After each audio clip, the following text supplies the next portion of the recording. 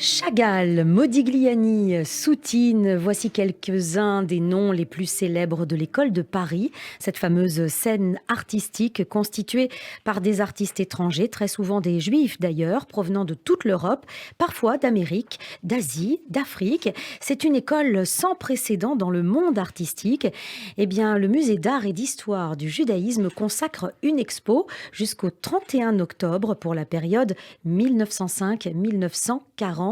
Et j'ai le grand plaisir d'être en compagnie de notre spécialiste en art, Francine Shapiro, pour en parler. Bonjour Francine. Bonjour Léa. Merci d'être venue nous voir pour nous faire découvrir cette expo. Alors, peut-être on peut s'arrêter sur le titre de l'expo, Paris pour école. Pourquoi ce titre-là, pour mettre en avant la ville de Paris? Est-ce à dire que c'est à Paris que tous ces artistes se sont vraiment révélés, se sont trouvés? On peut dire cela, en effet. Paris était la capitale cosmopolite à l'époque de la création, une terre de liberté. Et pour parler de ces artistes sur lesquels se concentre l'exposition du Mage, ils sont venus attirés d'abord par la liberté, puisque Paris représentait pour eux la liberté de création. Ils étaient en but dans leur pays respectifs, Oui, ils étaient souvent opprimés. Surtout en Europe centrale, Absolument. non seulement à l'antisémitisme, au pogrom, mais aussi à l'empêchement de pouvoir étudier en raison des numerus clausus. Et puis, il y avait le barrage de la tradition qui interprétait le judaïsme comme un interdit de représentation. Donc, deux freins pour s'exprimer. Deux freins pour pouvoir exprimer ce qu'ils avaient en eux. Donc, il y avait un profond besoin d'expression. Bien sûr, Paris apparaît dès lors pour eux comme la terre de la liberté, la terre où la religion n'a pas tellement de prise, et puis où ils ne sont pas opprimés en tant que juifs, en tout cas pas autant que dans leur pays d'origine. Et puis, il ne faut pas oublier que Dreyfus venait d'être acquitté, enfin on avait révisé son procès, et c'était le pays de la justice, de la liberté, de la fraternité, enfin les trois devises égalité. Donc c'était une terre d'espoir. Et donc, le mirage de Paris, c'était un rêve pour pouvoir s'épanouir pleinement comme artiste. Alors Francine, dans l'expo, la période qui a été choisie, c'est 1905-1940. Mais la période originelle, j'allais dire, de cette école de Paris, elle est un peu plus large. Ça commence un petit peu avant et ça termine un peu plus tard, en réalité, non ? Enfin, ça, c'est un débat Oui, c'est un débat. On dit d'historiens d'art. 1960. Mais disons que l'école de Paris correspond à ce grand mouvement, précisément, comme tu l'as dit, Léa, d'immigration vers la France, pour ces étrangers, juifs pour la plupart, qui recherchaient à Paris la terre de la liberté. Et surtout, c'était le lieu où il y avait une énorme admiration dans les pays d'Europe centrale notamment pour la culture française et pour l'art français qui se développait, pour les beaux-arts, et c'est là qu'ils pensaient pouvoir compléter la formation qu'ils avaient entrepris, certains dans leur pays d'origine, et développer ainsi leur personnalité et leur art. Alors, l'expo que l'on peut découvrir au musée d'art et d'histoire du judaïsme a, j'imagine, une valeur ajoutée par rapport aux expos que l'on nous connaît sur l'école de Paris, qui ont été nombreuses déjà. Quelle est cette valeur ajoutée? Quelle est cette originalité? Eh bien, tu as raison, Léa, de souligner que c'est une exposition extrêmement novatrice et originale. D'abord, il n'y a pas eu tellement d'expositions, il y a eu très peu d'expositions en France, paradoxalement, sur l'école de Paris, qui était, jusqu'à cette exposition que je considère comme un événement tombé un peu en désuétude, hors de mode. Ça n'était pas... c'était considéré comme ne faisant pas partie des courants à la mode, alors que c'était effectivement une période où toutes les avant-gardes se sont développées, qu'elles soient figuratives et abstraites, et les émigrés juifs y ont largement contribué grâce à un véritable brassage de culture, grâce à un dialogue qui s'est établi entre les peintres, les sculpteurs, les écrivains. Oui, il y avait une interdisciplinarité dans l'art. Du monde intellectuel. Il y avait une effervescence. Oui, un bouillonnement, un bouillonnement tout à fait intellectuel à cette époque. Oui. Et c'était des jeunes gens, des tout jeunes gens. Pour parler de l'originalité de cette exposition, c'est que le focus est mis précisément sur ces étrangers qui ont... avec cette espèce de miroir que représentait Paris, cette attirance, cette attraction pour eux, ils ont apporté leur culture et contribué à ce brassage et à ce véritable tournant dans ce brassage culturel, ce véritable tournant dans l'art moderne qu'a considéré cette époque qui a été le début de tous les courants novateurs, depuis le cubisme, d'abord le fauvisme, le cubisme, ce qu'a apporté la couleur comme sujet avec Sonia Delaunay. Toutes les recherches ont été très, très fécondes. Ce qui est étonnant, Francine, c'est qu'on parle d'école de Paris, mais que chacun des artistes a son style, vraiment. Voilà, c'est pour ça que le titre de l'exposition est tout à fait adapté à l'histoire de l'art, parce que Paris représentait un mirage, comme on l'a dit auparavant, un mirage de liberté, un mirage de créativité, et ce mirage s'est transformé en réalité, grâce précisément au dialogue, à l'ouverture, jusqu'à ce que l'antisémitisme renaissant, la guerre éclate. Et arrête tout, finalement. Et arrête tout, et malheureusement détruisent non seulement cet espoir, mais beaucoup de vie et de création. Alors, je reviens sur ce que je disais précédemment pour le style. Il n'y a pas un style de l'école de Paris, mais on peut dire que c'était un terrain fertile d'expérimentation, et d'expression, de recherche, de sa propre originalité. Oui, et c'est ça qui est intéressant, c'est que chacun développait sa propre individualité, sa propre singularité. Oui. Alors, qu'est-ce qui fait aujourd'hui, par exemple, Francine, vous qui êtes une spécialiste en art, qu'est-ce qui fait qu'aujourd'hui, on n'arrive pas à recréer une école ou un terrain où tout le monde peut s'exprimer? Ou peut-être que je me trompe et qu'il y a véritablement ce bouillonnement encore à Paris. Mais me semble-t-il, il n'y a pas cette grande effervescence dont on parlait, de cette époque, évidemment.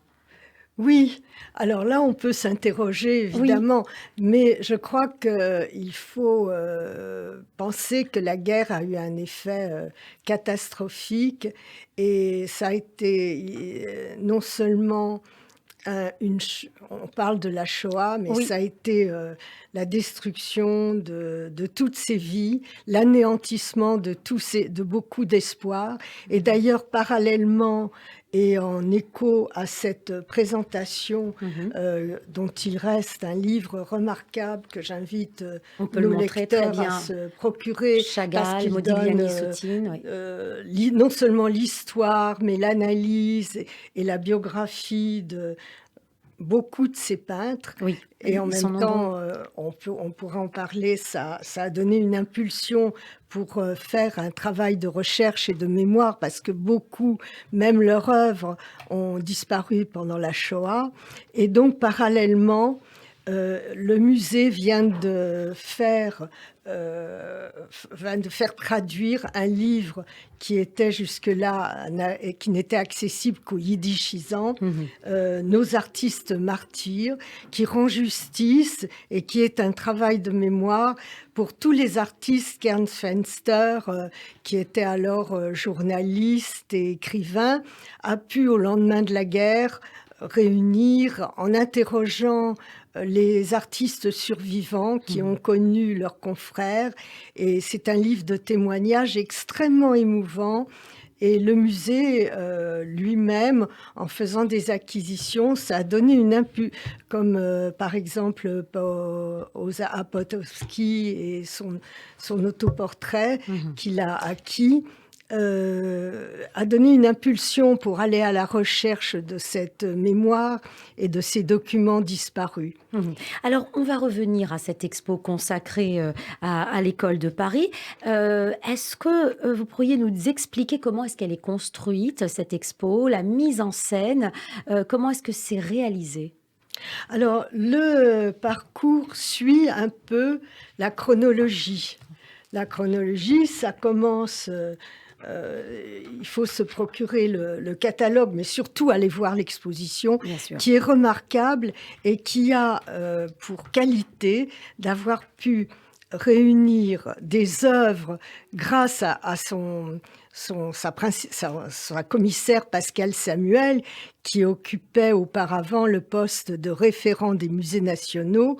Elle a pu réunir dans cette exposition de véritables chefs-d'œuvre qui n'étaient pas forcément exposés et qui restaient un peu dans les réserves des grands musées, que ce soit le Centre Pompidou, des musées de province, et sortir également des œuvres de certaines collections privées. Donc, il y a vraiment un trésor, une richesse de présentation. Il y a une grande richesse de découvertes, de nouvelles œuvres, et puis ce sont des œuvres de très très grande qualité qui sont réunies. Et le parcours suit, comme je le disais, le parcours chronologique, l'arrivée de ces peintres à Paris, l'effervescence, le désir de Paris, c'est la première partie de l'exposition. Ça en dit long sur la volonté de ces peintres pour qui Paris représentait la terre de la création et de la liberté. Ils étaient avides de rencontrer les créateurs sur place. Matisse avait créé une académie, ils échangeaient. Et très souvent, ils arrivent d'Europe de l'Est très pauvres. Ce sont des jeunes personnes, de très jeunes personnes. Ils n'ont rien à manger. Ils ne savent pas où dormir. Ils se retrouvent dans des foyers. Oui, c'est ça. Et dans le 14e arrondissement. La Ruche notamment, qui est le grand foyer d'artistes. Qui n'existe plus, Chagall, je crois. Si, ça existe encore. La Ruche existe toujours. C'est pour ça qu'on peut parler un peu d'une continuité. Mais il n'y a plus l'équivalent. Tout s'est déplacé un peu aux États-Unis à la suite de la guerre, où certains peintres qui ont eu la chance de pouvoir fuir le nazisme se sont installés et ont emporté leur bagage, qui a donné lieu à toute, finalement, ça a fait germer la nouvelle peinture américaine. Oui, alors tout ce qui s'est passé pendant cette école de Paris, c'est un petit peu comme si, vous parlez de bagage, leur souffrance, leur déracinement leur avait donné des ailes. C'est peut-être ça la particularité. Ah oui, c'est ça, c'était une passion qui les réunissait. C'était une nécessité vitale. Et ce qui est merveilleux, c'est que certains ont magnifiquement réussi. Je pense à Chagall, je pense à Modigliani, qui a connu la gloire, Soutine également, parce qu'ils ont eu la chance de faire D'abord, ils avaient un talent incontestable, ils apportaient leur bagage dans l'art, leur bagage très singulier, chacun. Est-ce qu'ils s'influençaient quand même ? Et ils s'influençaient, ils travaillaient ensemble. C'était une véritable communauté d'artistes. Et c'est ça qui fait la spécificité de l'école de Paris. Ce sont ces échanges, ces dialogues. Et on pourrait dire que ça pourrait être un exemple aujourd'hui où chacun, malheureusement, malgré les écoles des beaux-arts, il n'y a plus cette vie communautaire qui était la spécificité de l'école de Paris. Ce que vous essayez de me dire, c'est qu'il faut connaître peut-être un peu la misère ou connaître les difficultés pour pouvoir retrouver une effervescence, une volonté de...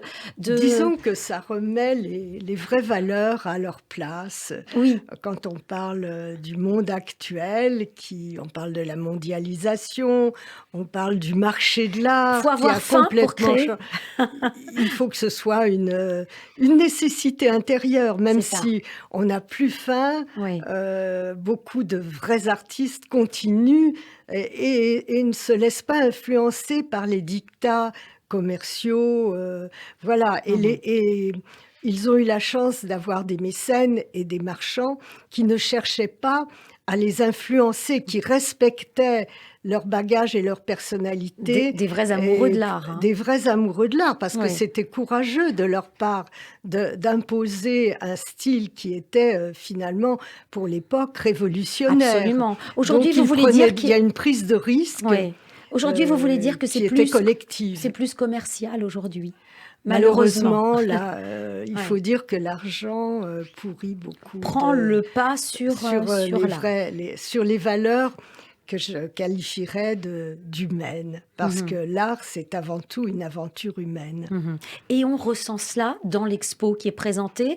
Alors, on le ressent profondément et on ressent à quel point il y avait une véritable amitié, fraternité et solidarité entre ces artistes. D'ailleurs, la meilleure preuve, c'est la magnifique préface que Chagall a écrite au livre de Ernst Fenster, Nos artistes martyrs, qui n'avait jamais été traduite et qui est maintenant accessible au public, où il se mettait dans la peau de ces disparus. Et c'est un véritable kaddish qu'il prononce à leur mémoire. Et c'est magnifique. J'invite vraiment, on n'a pas le temps sur ces ondes de le lire, mais j'invite vraiment les auditeurs à se procurer ce livre qui est un mémorial en même temps qu'un livre d'art. Et on peut se le procurer au musée directement, tout comme l'autre livre sur l'école de Paris. Alors, cette expo qui est chronologique et qui finalement est très pédagogique parce qu'on arrive à comprendre les arrivées au fil du temps de chacun de ces artistes qui viennent d'horizons différents pour des raisons parfois communes, cette oppression dont on a parlé, mais parfois pour des raisons différentes. Admiration aussi. Par admiration. Elle est très didactique, elle est très pédagogique. Elle est très pédagogique, à tel point qu'il y a même une présentation qui est effectuée pour les enfants. Et qui est très pédagogique.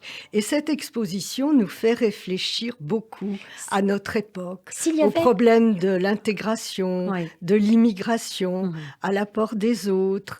Et donc, c'est plein d'enseignements, à chacun d'en retirer la substantique moelle qui lui correspond. Oui, et s'il y avait une petite chose à changer, est-ce que vous, la spécialiste, voit peut-être un manque ou quelque chose qui... Mais écoutez, je dirais que le défaut vient de ses qualités. C'est toujours parce comme ça. que cette exposition donne une impulsion.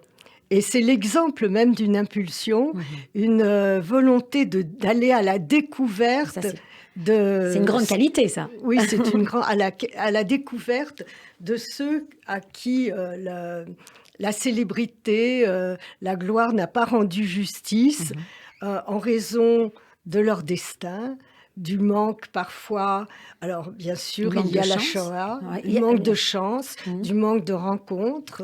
Certains étaient repliés sur eux-mêmes, sur leur création, comme un artiste comme Jacob Balleglet, qui était quelqu'un d'extraordinaire. Mais évidemment, cette exposition ne peut être qu'incomplète, mais donner l'impulsion pour cette volonté de découvrir d'autres artistes de cette période qui recèle des trésors de découverte. Et je pense que c'est un mouvement qui s'amorce.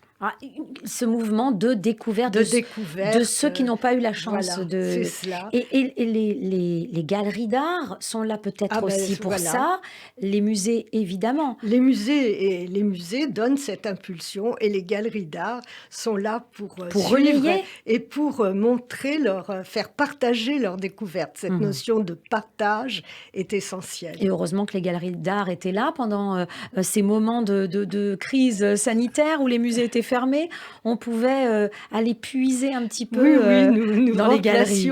Et voilà, on a été en quelque sorte comme personnellement, ma galerie était depuis 42 ans un prélude et puis une continuité de cette exposition en montrant d'autres artistes avec les artistes connus et leur confrontation qu'avait déjà faite le musée d'art moderne quand il a fait la première grande exposition, La part de l'autre, dans l'école de Paris, le musée d'art moderne de la ville de Paris.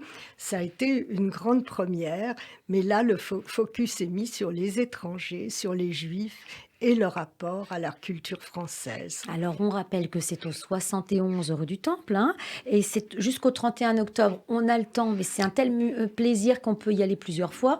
Et j'imagine que, vu ce que vous nous avez dit, peut-être qu'une seule visite ne suffit pas. Non, parce qu'il faut en profiter pour visiter les collections permanentes, où l'on découvrira dans la salle dédiée aux créations contemporaines, curieusement, un hommage au créateur, au fondateur de ce musée, qui a été le premier musée d'art juif de la rue des Saules, qui montre l'importance des pionniers, des collectionneurs passionnés qui sont allés à la recherche de leur identité, de leurs racines au lendemain de la destruction, de la Shoah, qui ont rassemblé des trésors d'objets.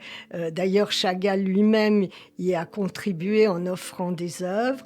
Et toutes les collections de ce petit musée qui logeait au 3e étage d'un centre communautaire, mais était plein de trésors. Était plein d'âmes et de trésors, et dirigé par des bénévoles. Il faut leur donner un coup de chapeau parce que ce merveilleux musée que nous avons aujourd'hui n'existerait pas sans celui-ci, sans eux, sans les anciens présidents, Claude Gérard Marcus, Victor Klagsbald, tous ces passionnés de l'art. Et donc, vous verrez une petite vidéo qui retrace cette histoire. Le président de l'Ort de l'époque, Éric Schibert, qui montre comment les maquettes de synagogues de Pologne et la collection de l'Ort est un témoignage de ce qu'était la vie des Juifs dans les shtetls d'Europe centrale. Et donc, le passé se relie au présent et à la création contemporaine. Alors voilà au moins 2 raisons pour aller très vite au musée d'art et d'histoire du judaïsme. D'abord, dans les sous-sols pour avoir l'histoire de ce musée, et cette histoire est riche. Et puis surtout pour cette expo Paris pour école, Chagall, Modigliani, Soutine. Francine, merci infiniment d'être passée nous voir pour nous décrypter ces expos. Vous viendrez bien sûr dès qu'il y a une nouvelle, une info concernant l'art sur Radio J. À très vite. Au revoir.